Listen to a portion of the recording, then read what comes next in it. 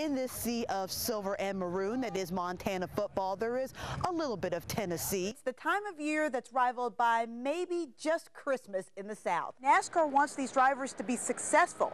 That's why they started their Drive for Diversity program. He makes the trip south to Georgia after 7 years at East Ridge. The Atlanta Motor Speedway has a reputation of being a fast track with few cautions and drama at the end. Earlier this week, I asked which games people were going to. The most popular answer, East Hamilton at Signal Mountain. When you think Vanderbilt University sports, you think great baseball team, great golfers, pretty good basketball teams, right? But I bet you never thought Vanderbilt and NASCAR. That is before Travis Geisler. Travis Geisler's dream started with a love of racing. To have the experience growing up racing, my dad still races 3 nights a week at a local level. To grow up doing that, it kind of gets in your blood. And then a chance at the big time. I've run 13 nationwide races in my career as a driver. But when sponsorship money began to dry up in 2005, Geisler went from turning laps to turning wrenches at Penske Racing. And at the end of the 2008 season, he was tapped to be the crew chief of the number 77 car, driven by Sam Hornish Jr. We've got a lot of young guys on our team, myself included, Sam, everybody, and we just need a little bit of time to gel, and I think we're starting to see that. A degree from Vanderbilt University in mechanical engineering has helped Geisler understand the big thundering stock cars in ways others in the garage area do not.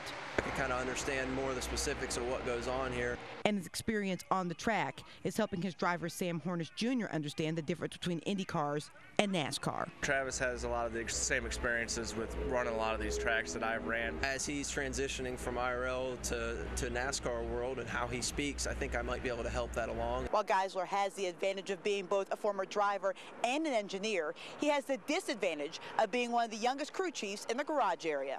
There's that little bit of learning and getting to the point where you feel comfortable making those decisions, and seeing how he's matured as a crew chief has been great.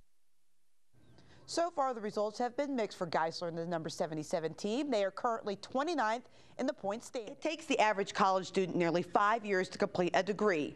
Then again, Chattanooga Mocs guard Jeff Smith is no average student.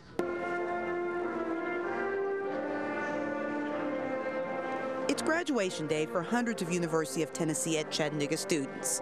The end of a long journey for many. But this is really just the middle of the story for Jeff Smith. What makes Smith different than most of the other students who got degrees last weekend, besides the fact he's a standout basketball player, what makes Smith stand out in this crowd is he got his degree in just 3.5 years. 3.5 years with all the demands that he's had basketball-wise is a great credit to Jeff, is a great credit to his mom and dad for pushing. Like, I've been in school all my life, and I was just ready to get it done with. He's also the first in his family to graduate college. But Smith has excelled on the court as well. A role player in previous seasons, the Tyner alumnus found himself in the starting lineup when injuries and suspensions left the Mocs thin. He's played like a grown-up. He's played like a fourth-year guy. He knows a fourth-year junior. He's played like a fourth-year guy. We don't beat East Tennessee without him. We don't beat Jacksonville State without him. I have grown a lot on the court because without Coach Schumann giving me a scholarship, like, none of this would be possible. Graduating in 3.5 years, and all that wouldn't be possible. But again, we mentioned this is just the middle of the story for Smith. He's working on completing 2 more degrees. Success he hopes will set an example for other young students in Chattanooga. Hopefully all the younger kids, all the little kids at Tyner Academy can see Jeff do what he did and say, I can be Jeff Smith, I can do that.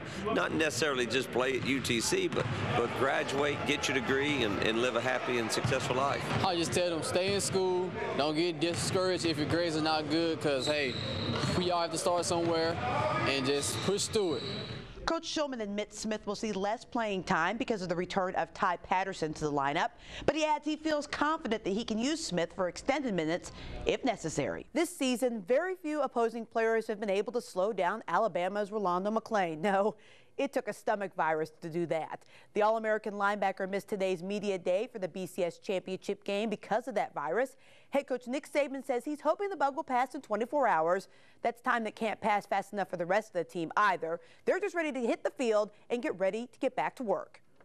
It's almost like getting on a flight. It takes a long time to board and check your bags and all that kind of stuff. But, now we're ready to take off. You can see the BCS National Championship game Thursday night at 8 p.m. right here on News Channel 9.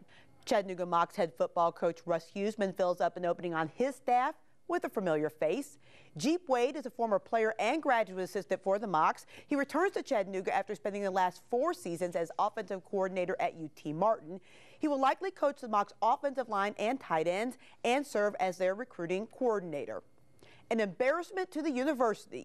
That's what Tennessee head basketball coach Bruce Pearl is calling the arrest of 4 of his players on drug and weapons charges. Knoxville police say Tyler Smith, Cameron Tatum, Brian Williams, and Melvin Goins were all aware that the guns were inside the rental car they were driving at the time of their arrest. The players have been suspended indefinitely and will not play in tomorrow night's game with Charlotte. As for their future with the team, you want to keep in perspective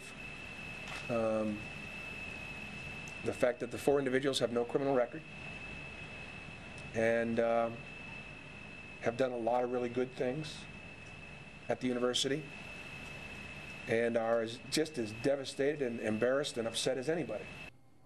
Police say none of the 4 have claimed ownership of the 2 guns, one of which was found to have an altered serial number. For the second time this season, UTC forward Shannara Hollenquist is named Southern Conference Women's Basketball Player of the Week. The senior leads the league in scoring and rebounding. She had 19 points and 12 rebounds in UTC's win over Georgia Southern on Monday. It may be hard to believe, but there are just 40 days till the Daytona 500. For those who just can't wait till the race, there is news from the NASCAR world. Robbie Gordon won today's stage of the Dakar Rally in Chile. After 4 stages, Gordon's Hummer is in 8th place, a little over an hour behind the leader. Of course, for all the latest news from the NASCAR world, you can follow my Emmy-nominated Backstretch blog. You can find it on newschannel9.com and Twitter. And Latricia, this year's Daytona 500, Valentine's Day.